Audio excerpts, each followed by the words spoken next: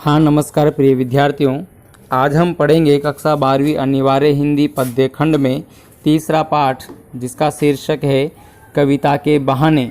और इस कविता को लिखने वाले हैं कुंवर नारायण।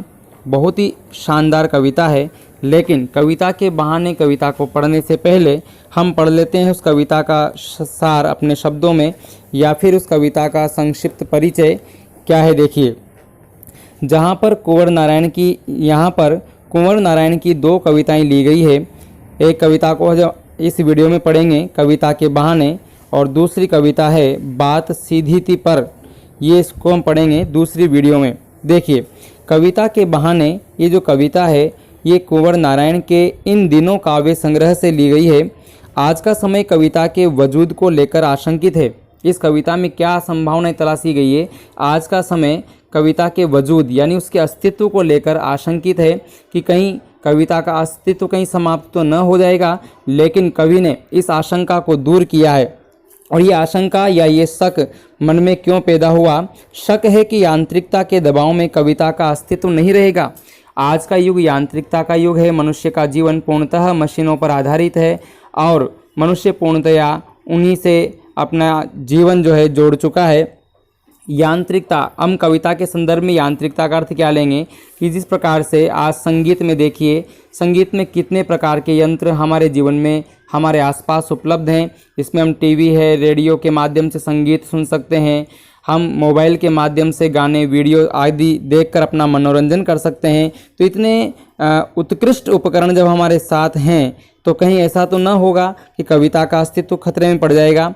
ऐसे में यह कविता की अपार संभावनाओं को टटोलने का एक अवसर देती है। देखिए, चाहे कितने भी यंत्र आ जाएं, कितने भी उपकरण आ जाएं, लेकिन कवि हमें इस प्रकार की आशा से भर देता है कि कविता का अस्तित्व कभी भी खतरे में नहीं पड़ सकता, क्योंकि कविता असीम उड़ान भरती है।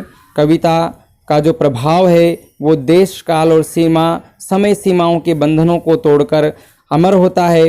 कविताएं आज देखिए कि 14वीं सदी में लिखी गई कविताएं, जो कबीर, तुलसी, सूरदास, तुलसीदास जैसे महान कवियों की कविताएं हमें आज भी आनंदित कर रही है।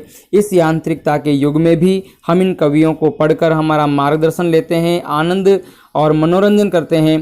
तो ये कविता जो है इसका अस्तित्व कभी भी खतरे में नहीं पड़ सकता।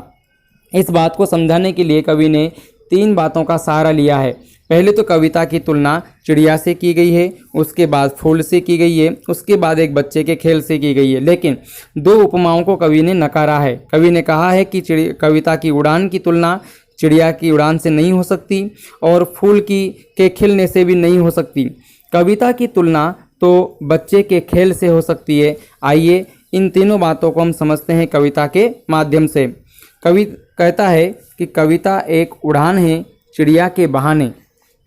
कविता की उड़ान भला चिड़िया क्या जाने, बाहर भीतर इस घर उस घर, कविता के पंख लगा उड़ने के माने, चिड़िया क्या जाने। कवि कहता है कि कविता एक उड़ान है। जिस प्रकार से चिड़िया अपने पंख फैलाकर इस असीम आसमान में उड़ान भरती है, उसी प्रकार से कवि भी अपने कल्पना के पंख लगाकर इस आकाश में उड़ान भरता है, यानी काव्य रूपी आकाश में उड़ान भरता है। यानी कवि अपने विचारों को कल्पना के माध्यम से काव्य के रूप में अभिव्यक्त करता है। लेकिन कविता की उड़ान को भला चिड़िया क्या जाने, अर्थात कविता की उड़ान की तुलना चिड़िया की उड़ान से नहीं हो सकती। क्यों? क्योंकि चिड़िया की उड़ान बाहर भीतर इस घर उस घर यानी सीमित है, बाहर से भीतर तक, इस घर से उस घर तक, इस पेड़ से उस पेड़ तक। यानी चिड़िया की उड़ान सीमित है और कविता के पंख लगा उड़ने के माने चिड़िया क्या जाने। कविता की उड़ान को भला चिड़िया क्या जाने, अर्थात कविता की उड़ान की तुलना चिड़िया की उड़ान से नहीं हो सकती, क्योंकि चिड़िया की उड़ान सीमित होती है और कविता की उड़ान असीम होती है। इस बात को समझने के लिए आप इस प्रकार समझ सकते हैं कि आज भी जो प्राचीन काल में लिखी गई कविताएं हैं वो आज भी हमारे देश में ही नहीं अपितु विदेशों में भी पढ़ी जा रही है। तो समय की सीमाओं को भी लांघा है और देश काल की सीमाओं को भी लांघा है। यानी जहाँ पर रचनात्मक ऊर्जा होती है वहाँ पर जो है समय के बंधन और देश काल की सीमाओं के बंधन स्वतः ही टूट जाते हैं। आगे देखिए, कविता एक खिलना है फूलों के बहाने। कविता का खिलना भला फूल क्या जाने, बाहर भीतर इस घर उस घर, बिना मुरझाए महकने के माने फूल क्या जाने। जिस प्रकार से किसी बगीचे में फूल खिलकर अपनी खुशबू बिखेरता है, लेकिन हवाओं के साथ वो खुशबू कहाँ तक जा सकती है, वो सुगंध कहाँ तक जा सकती है, उस सुगंध की एक सीमा होती है। लेकिन जिस दिन किसी भी एक कवि की कविता प्रकाशित होती है तो उस कविता का जो प्रभाव है वो देश का, यदि वो कविता कालजयी है, यदि कविता श्रेष्ठ है, तो निश्चित रूप से उस कविता की खुशबू, उसकी सुगंध न समय को भी पार कर जाएगी और देश काल की सीमाओं को भी पार कर जाएगी। यानी हम इसमें समझ सकते हैं कि कविता की तुलना फूलों की खिलने से भी नहीं हो सकती, क्योंकि फूलों को खिलने के बाद उनकी परिणति निश्चित होती है। फूलों की खुशबू, उसकी सुगंध का एक दायरा होता है, एक सीमा होती है, लेकिन कविता की कोई सीमा नहीं होती। कविता की रसात्मकता अनंत काल तक रहती है। कविता का आनंद हमेशा हमेशा के लिए अमर हो जाता है। कविता से जन मन का मनोरंजन होता है, उसका प्रभाव जनता के मन पर पड़ता है। तो इस प्रकार से फूलों की सुगंध की एक सीमा होती है, लेकिन कविता की कोई सीमा नहीं होती। कविता असीम होती है और इसलिए जो है कविता की तुलना फूलों से भी नहीं हो सकती। हम एक बार जो है क्रमबद्ध तरीके सुन सकते हैं कि कविता की तुलना फूल के खिलने से नहीं की जाती। फूल जब खिलता है तो उसकी सुगंध उसके निकटवर्ती स्थानों तक ही फैलती है और कविता के सरस प्रभाव की कोई सीमा नहीं होती। कविता की रसात्मकता या उसका आनंद समस्त विश्व को सुख देता है। केवल कविता किसी एक देश के लिए नहीं लिखी जाती, संपूर्ण मानव जाति के कल्याण के लिए लिखी जाती है। साहित्य समस्त मानव जाति का कल्याण चाहता है। कुछ दिनों के बाद फूल मुरझा जाता है और उसकी सुगंध भी नष्ट हो जाती है, किंतु कविता की सरसता अनंत काल तक संपूर्ण संसार को आनंद का अनुभव कराती है।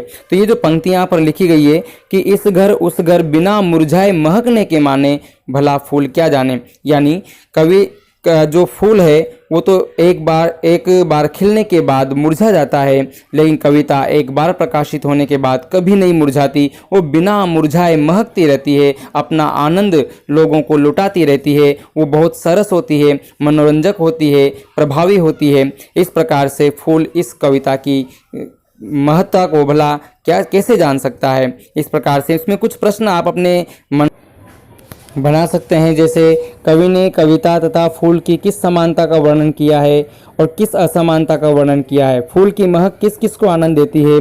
बिना मुरझाए महकने का क्या आशय हो सकता है। फूल क्या जाने से कवि का आशय क्या है। तो बिना मुरझाए महकने का आशय क्या है। आशय यह है कि फूल मुरझा जाता है तो उसकी सुगंध नष्ट हो जाती है, किंतु कविता कभी भी मुरझाती नहीं। अर्थात कविता की रसात्मकता, उसका आनंद समय बीतने पर भी नष्ट नहीं होता है। कविता कभी पुरानी नहीं पड़ती, वह हर काल में लोगों को आनंद देती है। और फूल क्या जाने, इसका आशय क्या है। तो कवि का आशय है कि फूल और कविता दोनों ही खिलते हैं, लेकिन कविता के खिलने वाले प्रभाव को की तुलना फूल के खिलने से नहीं की जा सकती। और क्यों नहीं की जा सकती ये मैंने आपको बता दिया है। यदि हम इसके शिल्पगत सौंदर्य की बात करें, इसके कला पक्ष की बात करें, तो उपर्युक्त काव्यांश की भाषा सरल है, सरस है, प्रवाहपूर्ण, खड़ी बोली हिंदी भाषा है, प्रसाद गुण है। काव्यांश की रचना कवि ने मुक्त छंद में की, इसमें कोई छंद नहीं है। इसके प्रत्येक चरण में प्रवाह है, अंत में तुक मिलती है। बाहर भीतर इस घर उस घर बिना मुरझाए महकने के माने इन पंक्तियों में अनुप्रास अलंकार है। अगला बंध हम पढ़ते हैं कि कविता एक खेल है बच्चों के बहाने। देखिए, कविता की तुलना बच्चों के खेल से हो सकती है। क्यों हो सकती है समझिए। बाहर भीतर यह घर वह घर सब घर एक कर देने के माने बच्चा ही जाने। देखिए, कविता की तुलना बच्चे के खेल से हो सकती है। क्यों? क्योंकि बच्चे के लिए अपना घर, अपने पड़ोसी का घर, यह घर वह घर, वो सब घरों को एक कर देता है। बच्चे पड़ोस में सभी के घरों पर जाते हैं और बच्चों के आने जाने से पड़ोसियों में भी तालमेल बना रहता है। कविता भी यही तालमेल लाती है, लोगों के बीच भेदभाव नष्ट करती है, संकीर्णता से लोगों को मुक्त करती है, प्रेम और भाईचारे को बढ़ाती है।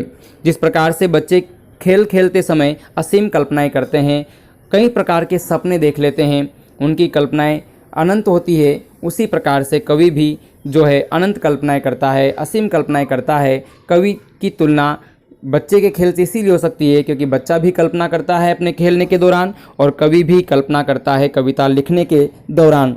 कवि के लिए भी देश काल और समय की कोई सीमाएं नहीं होती और बच्चे के लिए भी किसी घर की दीवारें नहीं हो जाती।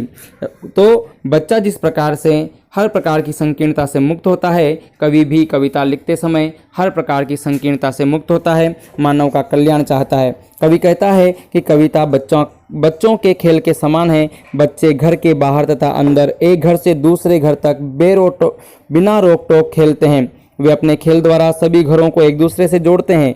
खेल द्वारा सभी भेदभावों को मिटाकर सच्ची एकता पैदा करने की क्षमता बच्चों में होती है। कविता भी बच्चों के खेल की तरह है। कवि अनेक भावों और विचारों की कल्पना करके उनके साथ खेलता है। उसकी कविता का प्रभाव सभी श्रोताओं तथा पाठकों पर होता है। कविता का आनंद देश काल की सीमाओं में नहीं बंधता। सच्ची कविता सभी कालों में तथा सभी देशों में लोगों को प्रभावित करती है। दूरियां मिटाकर संसार में वास्तविक एकता कविता ही ला सकती है। तो इस प्रकार से कविता की तुलना एक बच्चे के खेल से हो सकती है। प्रश्न आप क्या बना सकते हैं कि कविता की तुलना किससे की गई है? बच्चों के खेल तथा कविता में क्या समानता है? सब घर एक कर देने के माने बच्चा ही जाने। इसका प्रश्न का उत्तर मैं आपको बता देता हूँ। आशय यह है कि बच्चा स्वभाव से सरल होता है। वह खेल खेल में सभी घरों को एक दूसरे से जोड़ देता है। खेलते समय बच्चा जाति, धर्म, देश, रंग आदि के आधार पर भेदभाव नहीं करते। इस प्रकार से लोगों में सच्ची एकता बच्चा ही पैदा कर सकता है या फिर कवि ही पैदा कर सकता है। इसका भाव सौंदर्य क्या है कि बच्चों के खेलों से प्राप्त आनंद तथा काव्यानंद को समान बताया गया है। दोनों ही भेदभाव रहित होते हैं।